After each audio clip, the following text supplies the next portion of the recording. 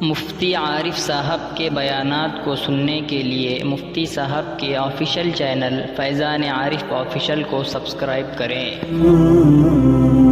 ونصلي على رسوله الكريم أما بعد فأعوذ بالله من الشيطان الرجيم بسم الله الرحمن الرحيم سبحانك لا علم لنا إلا ما علمتنا إنك أنت العليم الحكيم صدق الله مولانا العظيم۔ بزرگان محترم، یہ رجب کا مہینہ چل رہا ہے، رجب سن 1445 ہجری۔ آج رجب کی 14 تاریخ ہے اور مشہور ہے سارے مسلمانوں میں کہ اسی مبارک ماہ میں اللہ تعالیٰ نے اپنے پیارے حبیب حضرت محمد صلی اللہ تعالیٰ علیہ وسلم کو معراج کرائی ہے۔ تو ظاہر ہے اس واقعے سے ہمارا آپ کا سب کا ایک خاص اور خصوصی تعلق ہے، تو اسی مناسبت سے کچھ ضروری باتیں پیش خدمت ہے۔ اللہ تعالیٰ قرآن مجید میں ارشاد فرماتے ہیں سبحان الذی اسریٰ بعبدہ لیلا من المسجد الحرام الی المسجد الاقصی الذی بارکنا حولہ لنریہ من آیاتنا انہ هو السمیع البصیر۔ پاک ہے وہ ذات جو لے گئی اپنے بندے حضرت محمد صلی اللہ تعالیٰ علیہ وسلم کو مسجد حرام سے مسجد اقصی تک لیلاً، رات کے تھوڑے حصے میں۔ یہ عجیب بات ہے، لیلاً یہاں جو تنوین آئی ہے اسے کہا جاتا ہے نکرہ، اور اس کا ترجمہ کیا جاتا ہے تھوڑے سے حصے سے، یعنی اتنا لمبا سفر تقریباً مسجد یعنی مکۃ المکرمہ سے فلسطین 1300 کلومیٹر کا فاصلہ ہوتا ہے، اتنے دوری پر یہ واقع ہے۔ اور مسجد اقصی یہاں شہر القدس، اور اسی شہر القدس میں دراصل یہ ہماری مسجد اقصی ہے۔ تو یہ اتنا لمبا سفر اللہ تعالیٰ فرما رہے ہیں لیلاً، رات کے تھوڑے حصے میں اللہ تبارک و تعالیٰ نے کرایا، اور صرف سفر کرایا ایک طرفہ نہیں، آپ علیہ السلام تشریف لے بھی گئے اور اسی تھوڑے سے حصے میں تشریف لے بھی آئے، اور پھر صرف یہ نہیں ہے کہ مسجد اقصی تک گئے ہیں، بلکہ آپ علیہ السلام نے 7 آسمانوں کی بھی سیر کی، اور پھر سب کچھ وہاں کے مشاہدات کر دوبارہ اللہ تبارک و تعالیٰ نے واپس لایا۔ یہ آسمانوں کی بلندیوں کا سفر رات کے تھوڑے سے حصے میں اللہ تبارک و تعالیٰ نے کر کے سارے انسانیت کو ایک اہم پیغام دیا ہے، جو آج کے موجودہ حالات پر بھی منطبق ہوتا ہے، اور ہمیں اس سے بہت بڑی تسلی مل جاتی ہے۔ دراصل بات یہ ہوئی، اللہ کے پیارے حبیب صلی اللہ تعالیٰ علیہ وسلم مکۃ المکرمہ میں مسلسل مجاہدے کے ساتھ رہے، مشقتوں کے ساتھ رہے، آپ پر طرح طرح کی زیادتیاں ہوئی، اور اپنوں نے بھی یعنی خود کے رشتہ داروں نے اور باہر کے لوگوں نے بھی یعنی مشرکین مکہ نے بھی آپ صلی اللہ تعالیٰ علیہ وسلم کو مکۃ المکرمہ میں سخت تکلیفیں دی، حیران کیا، پریشان کیا، حتیٰ کہ وہ زبردست واقعہ پیش آیا جسے شعب ابی طالب سے یاد کیا جاتا ہے۔ 3 سال تک اللہ کے پیارے حبیب صلی اللہ علیہ وسلم کو اس میں محصور کیا گیا، بند کر دیا گیا۔ آپ کے ماننے والے اور آپ کے خاندان کے وہ لوگ جو آپ کا ساتھ دیں، ان سب کو وہاں پر بند کر دیا گیا۔ 3 سال تک آپ صلی اللہ علیہ وسلم کو یہ مشقتیں برداشت کرنی پڑی، اور بڑے حالات رہے، کھانا بند کر دیا گیا، پانی بند کر دیا گیا، غذائیں بند کر دی گئی، اور طرح طرح کی تکلیفوں میں بڑی مشقتوں کے ساتھ اللہ کے نبی صلی اللہ تعالیٰ علیہ وسلم نے 3 سال اس گھاٹی میں گزارے۔ آپ اندازہ لگا سکتے ہیں کیسے احوال ہوں گے اور کتنی مشکلات ہوں گی۔ بہرحال 3 سال تک یہ مشقتیں اللہ کے رسول صلی اللہ علیہ وسلم برداشت کرتے رہے۔ یہ خود آپ علیہ الصلوۃ والسلام کے بہت سارے اس میں رشتہ دار بھی تھے اور مکہ کے مشرکین بھی شامل تھے، اور انہوں نے مل کر آپ صلی اللہ علیہ وسلم کے ساتھ یہ گھناؤنی حرکتیں کی،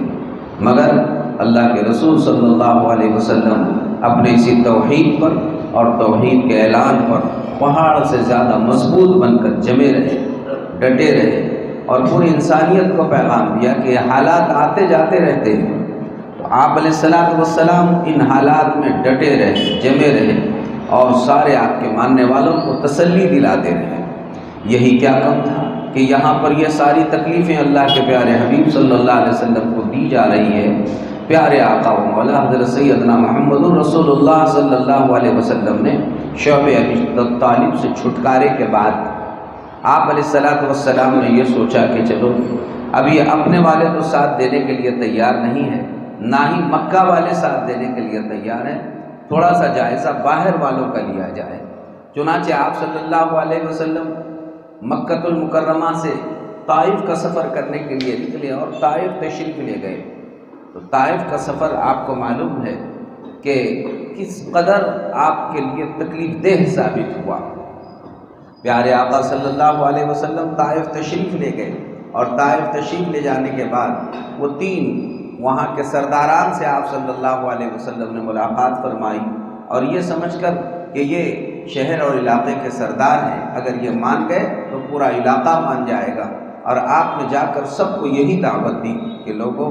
ایک اللہ کو مانو، اللہ کے توحید پر آ جاؤ، تمہاری دنیا بھی بنے گی، آخرت بھی بنے گی، دونوں جہاں کی کامیابیاں تمہاری قدم چوم رہی ہوں گی، لیکن تم توحید پر آؤ، اللہ کو ایک مانو، اور مجھے پیغمبر مانو اللہ کا، اور مجھے رسول مانو اللہ کا۔ لیکن مشرکین نے ایک بات نہیں مانی، اور یہ طائف کے 3 سرداروں نے بجائے ماننے کے آپ صلی اللہ علیہ وسلم کو طرح طرح کے جوابات دیے، اور وہ طرح طرح کے جوابات دینے کے بعد صرف اسی پر اکتفا نہیں کیا، بلکہ انہوں نے اوباشوں کو اور نوجوان لڑکوں کو اللہ کے رسول صلی اللہ علیہ وسلم کے پیچھے لگایا، اور آپ علیہ الصلوۃ والسلام کے ساتھ پھر وہ زبردست سانحہ پیش آیا جس کو سیرت کی کتابوں میں آپ تفصیل سے پڑھتے آئے ہیں۔ آپ علیہ الصلوۃ والسلام زخموں سے چور چور ہو کر آپ جب نکلے تو بیچ راہ میں اللہ کے رسول صلی اللہ علیہ وسلم کے لیے آسمان سے فرشتہ اترتا ہے جبرائیل علیہ السلام، اور فرماتے ہیں اللہ کے پیارے حبیب یہ جو 2 بڑے بڑے پہاڑ ہیں، اگر آپ حکم دیں تو یہ سارے مشرکین جنہوں نے آپ کو تکلیف دی ہے، پریشان کیا ہے، میں ان دونوں کو اللہ کے حکم سے ان دونوں پہاڑوں کے بیچ میں ان لوگوں کو پیس دوں، مگر آپ کا کچھ اشارہ ہو جائے۔ اللہ کے پیارے حبیب صلی اللہ علیہ وسلم نے اس بات کو پسند نہیں فرمایا، اللہ کے دربار میں اپنے دونوں ہاتھوں کو اٹھایا۔ حدیث کی کتابوں میں جو پیارے رسول کی دعائیں منقول ہے اللہ اکبر، اس سے اندازہ آتا ہے آپ نے اپنی بے کسی اور بے بسی بھائیوں انسانوں کے سامنے تو قطعاً رکھی ہی نہیں، فرشتوں کے سامنے بھی نہیں رکھی، اور کہا میری بے بسی اور بے کسی میں صرف اللہ وحدہ لا شریک لہ کے سامنے رکھتا ہوں۔ چنانچہ اللہ کے دربار میں آپ صلی اللہ علیہ وسلم نے اپنے مبارک ہاتھوں کو اٹھا کر اپنی بے کسی اور بے بسی کی دعا میں یہ جملے ارشاد فرمائے، اللہم انی اشکو، اے اللہ میں خود شکایت کرتا ہوں میری کمزوری کی اور میری بے کسی اور بے بسی کی،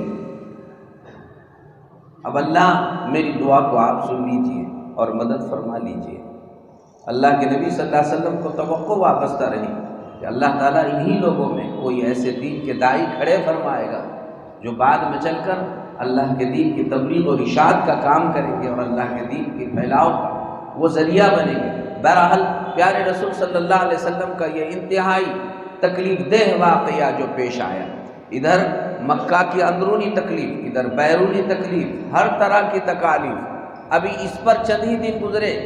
کہ آپ صلی اللہ علیہ وسلم کے عم محترم، آپ کے چچا ابو طالب، جنہوں نے آپ صلی اللہ علیہ وسلم کے ساتھ باپ جیسا سلوک کیا اور بہت محبتوں سے آپ کو پالا، آپ کا ساتھ دیا اور آپ کا ہر موقع پر ساتھ دیتے رہے، مشرکین کے مقابلے میں ڈٹ کر کھڑے رہے اور باضابطہ آپ علیہ الصلوۃ والسلام کا ساتھ دیتے رہے، ان کا بھی انتقال ہو گیا۔ ساتھ میں پھر آپ کی صرف ایک ہی غمخوار بچی، وہ زوجہ مطہرہ، ساری امت کی محسنہ اور حضور اکرم صلی اللہ تعالی علیہ وسلم کی زوجہ مطہرہ حضرت سیدہ خدیجہ الکبریٰ رضی اللہ تعالی عنہ۔ بالآخر حضرت خدیجہ کی بھی وفات ہو گئی۔ آپ کو اتنا غم ہوا کہ اس سال کا نام عام الحزن یعنی غم کا سال رکھا گیا۔ یہ تکالیف اور یہ مشکلات اور اتنے صبر آزما آپ علیہ السلام کے ساتھ اعلیٰ حالات آئے، لیکن آپ علیہ السلام اور آپ کے ماننے والے ڈٹے رہے، جمے رہے، توحید کی دعوت پر قائم رہے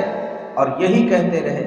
یا ایھا الناس قولوا لا الہ الا اللہ تفلحوا، اے سارے انسانوں ہم سب کی کامیابی صرف لا الہ الا اللہ کے ماننے میں ہے اور مجھ کو اللہ کا رسول ماننے میں ہے، لہذا اسی میں تم کامیاب ہونے والے ہو۔ بہرحال آپ علیہ السلام کے ساتھ جب اس طرح کے بہت سارے واقعات پیش آئے تو ایک رات اللہ کے نبی صلی اللہ علیہ وسلم مسجد حرام میں حضرت ام ہانی رضی اللہ تعالی عنہ کے مکان میں آپ آرام فرما رہے تھے۔ آپ علیہ السلام اللہ سے خوب دعا مانگے اور بے کسی بے بسی کی دعا مانگ کر رو رو کر آپ علیہ السلام اسی حالت میں سو گئے، آپ کی آنکھ لگ گئی، تو اسی حالت میں اللہ کے آنے والے فرشتوں نے آپ کو اٹھایا اور حتیم میں لائے، اور حتیم میں لا کر آپ کے سینے اقدس کو چاک کیا گیا، یعنی آپ کے دل اقدس کو نکالا گیا اور جنت کے تشتل میں رکھ کر زمزم کے پانی سے اسے غسل دیا گیا، اور غسل دینے کے بعد آپ کا یہ شق صدر ہوا اور پھر اس کو برابر کر دیا گیا، اور وہاں سے پھر اللہ کے نبی صلی اللہ تعالی علیہ وسلم کو مسجد حرام سے ہی اب آپ علیہ السلام کے لیے ایک سواری لائی گئی۔ اس سواری کے ذریعے سے آپ صلی اللہ علیہ وسلم اس سواری پر سوار ہوئے، جسے براق کہا جاتا ہے۔ براق جو ہے ایک سواری کا نام ہے جو گھوڑے سے کچھ چھوٹا ہوتا ہے، اور یہ خچر والا جو انداز ہوتا ہے بس اسی ٹائپ کا ایک جانور، لیکن ایسا زبردست اللہ تعالیٰ نے اس میں صلاحیت رکھی ہے کہ جہاں نگاہ ختم ہوتی ہے وہاں اس کا قدم پڑتا ہے۔ اس تیزی کے ساتھ چلنے والا یہ اللہ تعالیٰ نے یہ سواری آپ صلی اللہ علیہ وسلم کے لیے پیش کی، اور بات یہ ہے کہ ظاہر ہے کہ کافی یہاں تو پہاڑی والا علاقہ ہے تو چلنے میں اونچ نیچ آئے گی، تو اللہ تعالیٰ نے اس سواری کے ساتھ یہ معجزہ بھی شامل فرما دیا کہ جب آپ علیہ السلام اس سواری پر سوار ہوئے تو زمین اگر اونچ نیچ ہوتی تھی تو یہ نہیں ہے کہ جانور جھکے گا اس طرح سے نیچے اور پھر اوپر اٹھے گا، تو آپ علیہ السلام کو تکلیف ہوگی کہ جھکنا بھی پڑا اور سنبھل کر بیٹھنا پڑا اتنی تیز سواری پر۔ جب زمین اونچی نیچی ہوتی تھی تو خود ہی اللہ تبارک و تعالی اگر آگے کی جگہ اونچی آتی تھی تو اگلے پیر اللہ چھوٹے بنا دیتا، اور جب پچھلی زمین ایسی نیچے ہو جاتی تھی تو پچھلے پیروں کو اللہ تعالیٰ بڑے بنا دیتا تھا تاکہ ایک لیول ہی پر وہ سارا کا سارا سفر طے ہوتا ہے۔ اس شان کے ساتھ اللہ کے نبی صلی اللہ تعالی علیہ وسلم مسجد اقصیٰ پہنچے، مسجد اقصیٰ پہنچے، اسی کو اور راستے میں عجائبات قدرت کا مظاہرہ فرماتے رہے۔ مختلف آپ علیہ السلام کو چیزیں راستے میں بتلائی گئی، اور اس شان و شوکت کے ساتھ اللہ کے نبی صلی اللہ علیہ وسلم مسجد اقصیٰ پہنچ کر جبرائیل علیہ السلام آپ کے رفیق سفر رہے۔ آپ نے اپنے اس سواری کو جب آپ داخل ہو رہے تھے مسجد اقصیٰ میں تو مسجد اقصیٰ کے باہر ایک پتھر ہے، اس میں ایک سوراخ تھا جیسے کڑا بنایا جاتا ہے، اس انداز کا ایک پتھر وہاں پر تھا جہاں انبیاء علیہ السلام جب بھی یہاں آتے تھے تو یہیں پر اپنی سواریوں کو باندھ دیا کرتے تھے۔ حضور اکرم صلی اللہ علیہ وسلم نے بھی یہاں پر اپنی سواری براق کو باندھ دیا، یعنی واقعہ بڑا تفصیلی ہے، میں آپ کو اس کے ضروری گوشے آپ کی خدمت میں پیش کر رہا ہوں۔ یہاں باندھ کر پوری امت کو آپ علیہ السلام نے توکل سکھایا۔ توکل یہ نہیں ہے کہ نہیں اب ہم تو بس اللہ کے بھروسے پہ نکلے ہیں لہٰذا کوئی مسئلہ نہیں، آپ نے فرمایا اللہ ہی کے حکم سے نکلا ہوں، لیکن توکل یہ ہے کہ آپ کے بس میں جتنا ہے آپ اتنا کر ڈالو، یہ میں نے باندھنا بس میں ہے، اب حفاظت اللہ فرمائے گا۔ اور تم بھی ایسے ہی لاپرواہ مت بنو، بلکہ آپ کو ہم کو سلیقہ سکھایا گیا، زندگی گزارنے کے قرینے اور طریقے بتائے گئے کہ اصل بات یہ ہے کہ ضابطے کے مطابق کام ہونا چاہیے۔ آپ نے وہاں پر اپنے سواری کو باندھ کر مسجد میں تشریف لے گئے۔ اب اس مسجد اقصیٰ میں اللہ کے پیارے حبیب صلی اللہ تعالی علیہ وسلم تشریف لے جا رہے ہیں۔ معلوم ہونا چاہیے کہ یہ مسجد اقصیٰ، سبحان الذی اسریٰ بعبدہ لیلا من المسجد الحرام الی المسجد الاقصیٰ، یہ مسجد حرام اور یہ مسجد اقصیٰ ہے جہاں اللہ کے پیارے حبیب صلی اللہ علیہ وسلم پہنچ رہے ہیں۔ یہ مسجد اقصیٰ سے بھائیوں آپ کا، ہمارا سب کا اور ساری امت کا ایمانی رشتہ جڑا ہوا ہے۔ یہ مسجد اقصیٰ یہ دراصل پیغمبروں کی، بالیقین پیغمبروں کی بنائی ہوئی، پیغمبروں نے بنائی ہوئی 4 مسجدیں ہیں زمین پر۔ اس زمین پر پیغمبروں کی بنائی ہوئی موجود آج 4 مسجدیں ہیں۔ مسجد حرام جو حضرت ابراہیم علیہ السلام نے بنائی، مسجد نبوی جو خود حضور اکرم صلی اللہ علیہ وسلم نے بنائی، اور مسجد اقصیٰ جو حضرت یعقوب علیہ السلام نے بنائی، اور اس کے بعد حضرت سلیمان علیہ السلام کے زمانے سے یہ مسجد ایک عمومی حالت اختیار کر گئی۔ اور چوتھی مسجد مسجد قباء ہے، جہاں اللہ کے نبی صلی اللہ علیہ وسلم نے ہجرت کے موقع پر تقریباً کہتے ہیں 1 ہفتہ یا 14 دن، بہرحال اتنا یہاں پر آپ علیہ السلام نے قیام فرمایا ہے۔ تو یہ 4 ہی مسجدیں ابھی اس وقت اپنی شکل میں باقی ہیں، جن کو انبیاء علیہ السلام نے جن کی بنیادیں رکھی اور جن کو بنایا تھا۔ مسجد حرام، مسجد نبوی، مسجد اقصیٰ اور مسجد قباء، یہ 4 مسجدیں اس سرزمین پر، اس دھرتی پر بالیقین انبیاء علیہ السلام کی بنائی ہوئی مسجدیں ہیں۔ ان میں یہ تیسرے نمبر کی مسجد مسجد اقصیٰ کہلاتی ہے۔ یہ مسجد اقصیٰ ہمارا، آپ کا اور پورے امت مسلمہ اور ساری انسانیت کا قبلہ اول ہے۔ دراصل بات یہ ہوئی کہ حضرت ابراہیم علیہ السلام سب سے پہلے یہاں تشریف لائے، اور یہاں ایک اونچی زمین ہے، پہاڑی شکل میں اونچی زمین پر ایک قبہ کی شکل،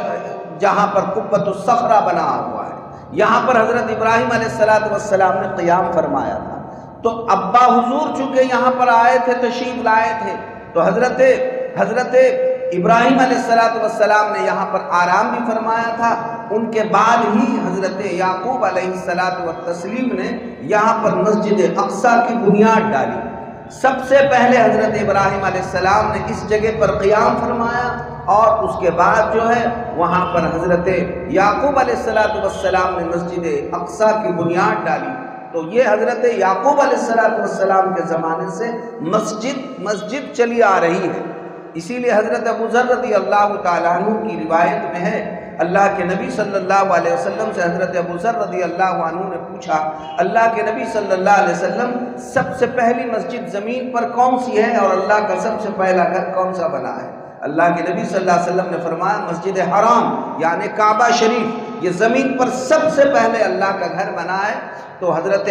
ابو ذر رضی اللہ تعالیٰ عنہ نے پوچھا اللہ کے نبی اس کے بعد پھر کون سی مسجد بنی ہے؟ تو آپ علیہ السلام نے فرمایا اس کے بعد جو دوسرے نمبر پر اللہ کا گھر اس دھرتی پر بنا ہے وہ مسجد اقصیٰ ہے۔ حضرت ابو ذر رضی اللہ عنہ نے پوچھا کہ اللہ کے نبی ان دونوں کے بیچ میں کتنا فاصلہ ہے؟ تو اللہ کے نبی صلی اللہ علیہ وسلم نے فرمایا ان دونوں کے بیچ میں 40 سال کا فاصلہ ہے، کہ حضرت ابراہیم علیہ السلام نے ادھر خانہ کعبہ کی جب بنیاد رکھی، تو حضرت ابراہیم علیہ السلام نے خانہ کعبہ کی بنیاد رکھنے کے بعد حضرت اسحاق علیہ السلام جو بیٹے ہوتے ہیں حضرت ابراہیم علیہ السلام کے، اور حضرت یعقوب علیہ السلام جو بیٹے ہوتے ہیں حضرت اسحاق علیہ السلام کے، یہ حضرت اسحاق علیہ السلام کے بیٹے حضرت یعقوب علیہ السلام نے ٹھیک مسجد حرام کے 40 سال کے بعد یہاں پر مسجد اقصیٰ کی بنیاد رکھی، اور مسجد اقصیٰ وہاں پر بنائی گئی 40 سال کے بعد مسجد حرام کے۔ یہ ہماری سب سے پہلی بنیاد بنی ہے، اور زمین کی دوسرے نمبر کی مسجد اقصیٰ ہے،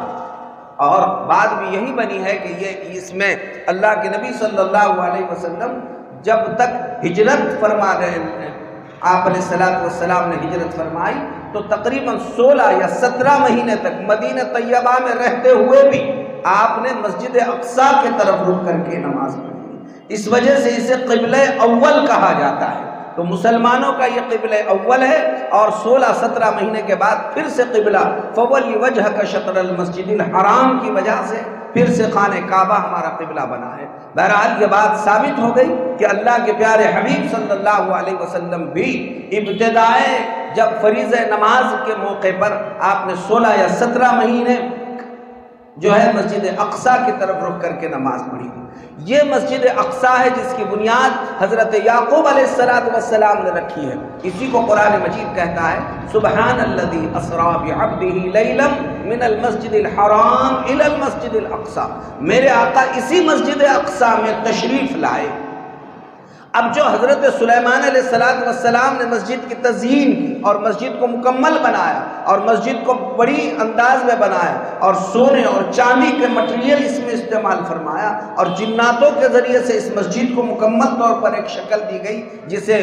ہیکل سلیمانی بھی کہا جاتا ہے، تو دراصل یہ حضرت سلیمان علیہ السلام نے ٹھیک حضرت یعقوب علیہ السلام کے 1000 سال بعد بنائی۔ حضرت سلیمان علیہ السلام نے اس کی بنیاد نہیں رکھی ہے۔ حضرت داؤد اور حضرت سلیمان علیہ السلام کا زمانہ حضرت ابراہیم علیہ السلام سے تقریباً 1000 سال کا فاصلہ ہوتا ہے۔ 1000 سال بعد پھر اس کو زبردست انداز میں حضرت سلیمان علیہ السلام نے بنایا، جس کا تذکرہ قرآن مجید میں بھی اللہ تبارک و تعالیٰ نے فرمایا ہے۔ بہرحال مجھے یہاں جو ضروری گوشے بیان کرنے ہیں وہ بات یہ ہے، حضرت سلیمان علیہ السلام نے بنائی ہوئی مسجد یہ چلتی رہی اور اس پر مستقل اس کی تزئین ہوتی رہی، لیکن مسجد پر ایسے زبردست ادوار، خطرناک حالات، مصائب اور مشکلات سینکڑوں مرتبہ آئے جب سے مسجد اقصیٰ بنی ہے۔ بہرحال یہ کافی اس میں مزاحمت ہوتی رہی اور اس معاملے میں بڑے حالات مستقل طور پر آتے رہے۔ یہی مسجد اقصیٰ ہے جس کے بارے میں آپ کو خاص طور پر یہ بات بتانی ہے کہ اللہ کے پیارے حبیب صلی اللہ تعالیٰ علیہ وسلم بھائیوں اس مسجد اقصیٰ میں تشریف لائے، اور اس مسجد اقصیٰ میں تشریف لانے کے بعد آپ نے جب اپنے سواری کو باندھا، سواری کو باندھنے کے بعد آپ مسجد اقصیٰ میں داخل ہوئے تو وہاں سارے انبیاء علیہ السلام سے ملاقات ہوئی۔ یہ دھیان سے سمجھنے کا نکتہ ہے، اور مسلمانوں ہمیں معلوم ہونا چاہیے کہ فلسطین ارض مقدسہ ہے اور یہ اللہ نے اس میں بڑی برکتیں رکھی ہیں۔ اللہ نے قرآن میں جہاں بھی اس زمین کا نام لیا ہے تو کہیں بھی صرف زمین نہیں کہا، کہیں بھی آپ اللہ تبارک و تعالیٰ نے اس کو یہ نہیں کہا کہ یہ مکان ہے، یہ جگہ ہے، یہ زمین ہے، بلکہ آپ نے ہر وقت اس زمین کے بارے میں فرمایا ارض مقدسہ، یا وہ زمین جس کے اطراف میں ہم نے برکتیں پھیلا کے رکھی ہوئی۔ 10 جگہ قرآن میں فلسطین، ملک شام اور یہ ارض مقدسہ اور جو ہے بیت المقدس کا تذکرہ اللہ نے فرمایا، اور ہر جگہ اللہ نے کہا یہ وہ جگہ ہے جسے ہم نے مقدس بنایا ہے، پاکیزہ بنایا ہے، یہی وہ جگہ ہے جس کے اطراف میں ہم نے برکتیں پھیلا کے رکھی ہوئی ہے، یہی جگہ حضرت میمونہ رضی اللہ تعالیٰ عنہ نے حضور اکرم صلی اللہ علیہ وسلم سے پوچھا کہ ارض شام کیا ہے؟ آپ نے فرمایا ہی ارض المحشر، یعنی یہی وہ جگہ ہے کہ بالآخر قرب قیامت جب سب کے سب معاملات ختم ہو جائیں گے تو اللہ تعالیٰ اسی سرزمین کو میدان محشر بنانے والا ہے۔ یہ ہماری حساب و کتاب جس زمین پر ہونے والا ہے وہ وہی ارض مقدسہ ہے، یہی برکت والی سرزمین ہے۔ اس سرزمین پر اللہ کے ہزاروں انبیاء علیہ السلام کا مسکن رہا ہے، اسی سرزمین پر اللہ کے ہزاروں انبیاء علیہ السلام کا مسکن رہا ہے۔ بالآخر ایک مرتبہ اللہ کے نبی نے یہ صحابہ کا مجمع بیٹھا ہوا ہے اور 3 مرتبہ فرمایا خوشی ہو اور سعادت مندی ہو ملک شام والوں کے لیے، خوشی ہو اور سعادت مندی ہو ملک شام والوں کے لیے، خوشی ہو اور سعادت مندی ہو ملک شام والوں کے لیے۔ صحابہ رضوان اللہ تعالیٰ علیہم اجمعین نے پوچھا اللہ کے نبی ملک شام کے لیے اتنی خوشخبریاں کس وجہ سے ہیں؟ اللہ کے نبی نے فرمایا ملک شام کا کوئی حصہ ایسا خالی نہیں ہے جہاں پر اللہ کا فرشتہ سایہ کیا ہوا ہے۔ یہ حدیث میں ہے، یہ ملک شام، یہ فلسطین، ملک شام ہی کا مغربی حصے کو فلسطین کہا جاتا ہے، اور اسی فلسطین کا سب سے اہم شہر وہاں پر الخلیل اور القدس، یہ فلسطین کے سب سے اہم شہر کہلاتے ہیں، اور اسی فلسطین کے القدس میں ہماری مسجد اقصیٰ ہے جس سے ہمارا ایمانی تعلق جڑا ہوا ہے۔ یہی یہ انبیاء علیہ السلام کی سرزمین میں، جیسے کہ ابھی آپ نے تذکرہ سنا، حضرت یعقوب علیہ السلام، حضرت اسحاق علیہ السلام، حضرت یوسف علیہ السلام، اور اسی طرح سے حضرت داؤد علیہ السلام، حضرت سلیمان علیہ السلام، حضرت موسیٰ علیہ السلام، اور اسی کے ساتھ ساتھ حضرت لوط علیہ السلام، حضرت ایوب علیہ السلام، اور دیگر ایسے سینکڑوں نہیں ہزاروں انبیاء علیہ السلام کے آج بھی وہاں پر مزارات موجود ہیں، ان کی بیویاں وہاں پر مدفون ہیں، اور ہر لائن سے جو برکتیں جتنی، یہی وجہ ہے علماء نے لکھا ہے کہ اللہ کے نبی صلی اللہ علیہ وسلم کو تو اللہ تعالیٰ مسجد حرام سے بھی خانہ کعبہ کے چھت پر بٹھا کر وہاں سے آسمان پر اٹھا کر معراج کرا سکتا تھا، مسجد اقصیٰ ہی کیوں بلایا گیا؟ تو کہتے ہیں دراصل بات یہ ہے کہ تمام انبیاء علیہ السلام کی برکتیں تو دراصل ملک شام میں مسجد اقصیٰ میں اللہ نے پھیلا کے رکھی، اور آج بھی انبیاء علیہ السلام کا مرقد یعنی ان کا مدفن اور ان کی قبور وہاں پر موجود ہے۔ اللہ تبارک و تعالیٰ یہ چاہتا تھا کہ ان سب کو جو الگ الگ برکتیں دی گئی تھی، اللہ وہ سب کی برکتیں اکٹھی کر کر اللہ کے نبی میں جمع کر دے۔ اس لیے اللہ کے پیارے حبیب صلی اللہ علیہ وسلم کو اس ارض مقدسہ میں اللہ تبارک و تعالیٰ نے بلایا۔ جب آپ علیہ السلام اس مقدس سرزمین میں داخل ہوئے اور داخل ہو کر آپ مسجد اقصیٰ میں تشریف لے گئے تو بڑے بڑے تمام انبیاء سے تعارف ہوا، ملاقات ہوئی، اور ملاقات ہونے کے بعد اب نماز کی باری آئی تو بھائیوں اب تک تو آپ علیہ السلام جو ہے آپ علیہ السلام جو ہے مکۃ المکرمہ میں تھے اور ایک ایک سے نماز کی درخواست فرما رہے تھے، لیکن مشرکین نے سجدہ کرنے کی اجازت نہیں دی اور وہاں پر آپ کو حالات کو تنگ کر دیا۔ تو اللہ تبارک و تعالیٰ نے مسجد اقصیٰ کا دروازہ کھول کر سارے انبیاء علیہ السلام کو باضابطہ جسم سمیت وہاں پر جمع فرما دیا، اور پیارے آقا صلی اللہ علیہ وسلم آگے بڑھے اور کم و بیش 1,24,000 انبیاء صف لگا کر کھڑے تھے، اور میرے آقا کو آگے بڑھا کر وہاں پر بلا کر اللہ نے امام الانبیاء بنا دیا، امام الانبیاء بنا دیا۔ مکہ میں امام الانس رہے، مسجد اقصیٰ میں امام الانبیاء بنے، اور آسمانوں پر بلا کر تو اللہ نے امام الکل بنا دیا، رحمت للعالمین صلی اللہ علیہ وسلم۔ اللہ تعالیٰ اس واقعے کے ذریعے سے آپ ہم سب کو یہ بتانا چاہ رہا تھا کہ بھائیوں یہ وقت صبر و تحمل اور رجوع اللہ کا ہے، جیسے پیارے پیغمبر برابر رجوع اللہ کرتے رہے، ثابت قدم رہے، صبر و تحمل سے کام لیتے رہے۔ اللہ نے دنیا والوں کو بتایا، لوگوں اگر تم نماز پڑھنا چھوڑ دو گے تو انبیاء کو پیچھے کھڑا کر میں امامت کا امام بنا دوں گا، اور تم اگر زمین کے دروازے بند کر دو گے، تم شعبہ ابی طالب میں بند کر دیتے ہو اور روزی بند کر دیتے ہو، اور زمین کے دروازے اگر تم بند کر دو گے تو میں ان کے لیے آسمان کے دروازے کھول دوں گا۔ اور اللہ تعالیٰ نے آسمان کے دروازے کھول دیا، اور اس واقعے سے پوری انسانیت اور امت کو بتایا کہ یہ حالات ہے، آج رات ہے کل اجالا ہے، تلک الایام نداولها بین الناس، اس سے پریشان ہونے کی ضرورت نہیں ہے۔ تم خبردار اپنے ایمان سے، اپنے یقین سے اور اپنے تشخص سے تمہیں ایک بال برابر بھی تمہیں پیچھے ہٹنے کی اجازت نہیں۔ تمہارے لیے اسوہ اور قدوہ اور تمہارے لیے نمونہ پیغمبر حضرت محمد رسول اللہ صلی اللہ علیہ وسلم میں اللہ تعالیٰ نے ثابت قدمی کا رکھا ہوا ہے کہ پیارے آقا کی ثابت قدمی کو دیکھو، آپ کے صبر و تحمل کو دیکھو، اور آپ علیہ السلام کے قائم رہنے کو دیکھو کہ آپ علیہ السلام نے کس طرح ثابت قدمی کے ساتھ، دور اندیشی کے ساتھ، حکمت عملی کے ساتھ اور صبر و تحمل کے ساتھ کام لیا۔ تو اللہ تعالیٰ نے جو مقام بنایا ساری انسانیت کے سامنے ہے۔ آپ علیہ السلام امام الانس بھی بنے، امام الانبیاء بھی بنے، امام الکل بھی بنے، اور زمین کے دروازے بند ہو گئے۔ اللہ نے آسمان کے دروازے کھول دیا، اور آسمان کے دروازوں میں بلا کر پھر اتنی بلندی اتنی بلندی اتنی بلندی کہ وہاں پر انسان فرشتہ بھی نہیں پہنچ سکتا ہے، وہاں تک پہنچا کر پھر دوبارہ زمین پر بھیج کر پورے زمین کا اقتدار اللہ کے پیارے حبیب کے قدموں میں لا کر اللہ تعالیٰ نے ڈال دیا۔ اور آپ کو پھر امام الکل اور امام الکائنات بنا دیا گیا، اور پھر یہ بتا دیا کہ بالآخر اللہ تبارک و تعالیٰ جو خلافت کا تاج پہنانا چاہتا ہے، جسے اللہ نے فرمایا انی جاعلک للناس اماما، اللہ تعالیٰ وہ امامت کا تاج پھر سے دوبارہ اس طرح ثابت قدم رہنے والوں کو اور صبر و تحمل کے ساتھ زندگی گزارنے والوں کو اور ایمان کی حفاظت کرنے والوں کو عطا فرمائیں گے۔ اسی میں ایک نقطہ یہ بھی نکلتا ہے کہ بھائیوں، وہ تو پیارے آقا تو امام الانبیاء اور امام الکل تھے، آپ علیہ السلام نے تو پوری دنیا کے اعتبار سے، کائنات کے اعتبار سے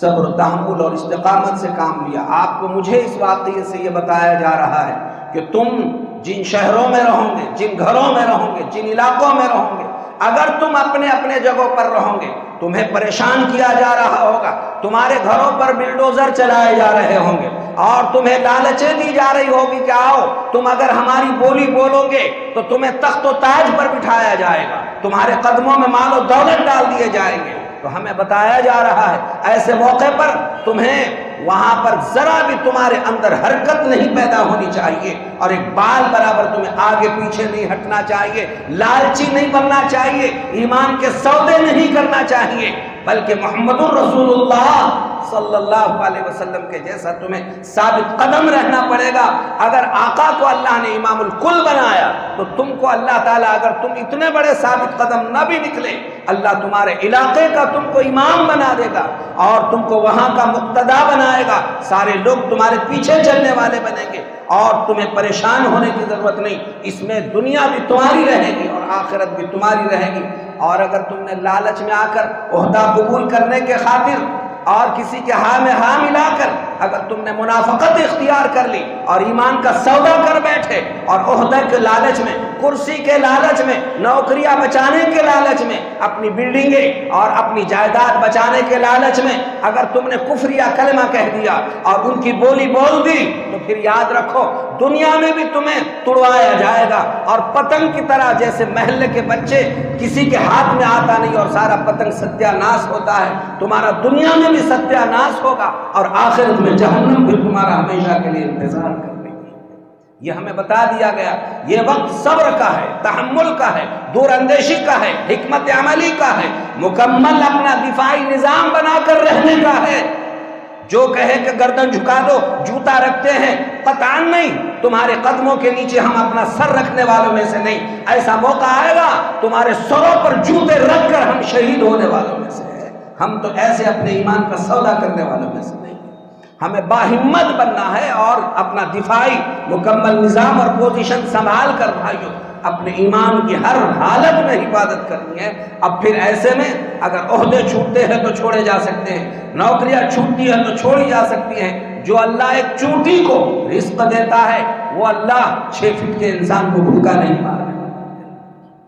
وہ اللہ رازق ہے، خالق ہے، خالق کائنات ہے۔ کالے جنگل میں، کالے ڈھیکلے پر، کالی اندھیری رات میں جب ایک چونٹی چلتی ہے تو اللہ تبارک و تعالی وہ چونٹی کو رات کے اندھیرے میں دیکھتا بھی ہے،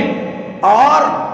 وہ دیکھتا تو ہے ہی، دیکھنے کے ساتھ اسے جب بھوک لگتی ہے تو اسے کھانا بھی پہنچاتا ہے، اور جب وہ چلتی ہے تو اس کے چھوٹے چھوٹے پیر سے کالے ڈھیکلے پر جب وہ رینگتی ہے، آسمانوں پر اللہ اس کے پاؤں کی آواز بھی سنتا ہے۔ وہ ہمارا اللہ ہے، وہ اللہ ہمیں بھوکا رکھے گا؟ جو ایک چونٹی کی ضرورتوں کو پورا کر رہا ہے وہ اللہ 6 فٹ کے انسان، وہ بھی اشرف المخلوق، اور اشرف المخلوق میں امت محمدیہ صلی اللہ علیہ وسلم میں قدم رکھنے والوں کو اللہ کیسے بھوکا رکھنے والا ہے؟ بس ضرورت یہ ہے کہ بھائیو اپنے ایمان کو سمجھے، اپنے عقائد کی حفاظت کرے، توحید پر قائم رہے، اللہ اکیلا ہے، بس اکیلا ہے، کوئی قوت، کوئی طاقت کچھ نہیں بگاڑ سکتی، لا حول ولا قوت الا باللہ، نہ کوئی طاقت ہے نہ کوئی قوت ہے الا باللہ، مگر جو کچھ ہے بولو صرف کس کی ہے؟ اللہ کی ہے۔ ظاہر میں یہ آنکھوں کا دھوکہ ہے کہ ہمیں نظر آ رہا ہے کہ کیا رہا ہمارا، آپ کا سب کچھ ہے۔ جس دن آپ زمین پہ نہیں رہیں گے اللہ ساری زمین آسمان توڑ کے رکھ دے گا۔ یہ سب صرف آپ کے لا الہ، بولو لا الہ الا اللہ کی برکت سے چل رہا ہے، اس پر ہمارا یقین ہے۔ جسے اس پر یقین ہے وہ کافر ہے، ایمان سے خارج ہے، اسے شمشان بھومی میں لے جا کر جلا دیا جائے۔ جس کا اس پر یقین نہیں ہے یہ ساری کائنات کا نظام چلانے والی ذات صرف اور صرف، سب بولو بھائی کس کی ہے؟ اللہ کی ہے۔ جب ہمارا اللہ موجود ہے ہمیں قطعاً کہیں حیران و پریشان ہونے کی ضرورت نہیں۔ جب بھی آپ کو حالات ستائے آپ فوراً کہیں تمہارے پاس حکومت ہے، تمہارے پاس عہدے ہیں، کرسیاں ہیں، فورسز ہے، تمہارے پاس سب کچھ ہے، ہمارے پاس بولو کون ہے؟ اللہ ہے، بس اللہ ہے، اللہ کافی ہے۔ جس کو سب چاہیے سب لوٹ لے، بولو ہمیں تو کون چاہیے؟ اللہ چاہیے۔ اللہ اس یقین پر، اس کا یقین کامل ہم سب کو نصیب فرمائے، نفس اور شیطان کی شرارتوں سے حفاظت فرمائے، توحید اور سنت پر اللہ زندہ جاوید رہنے کی ہم سب کو توفیق ارزانی و رحمت فرمائے۔ اس کا اگلا حصہ آئندہ جمعہ عرض کیا جائے گا۔ وآخر دعوانا الحمد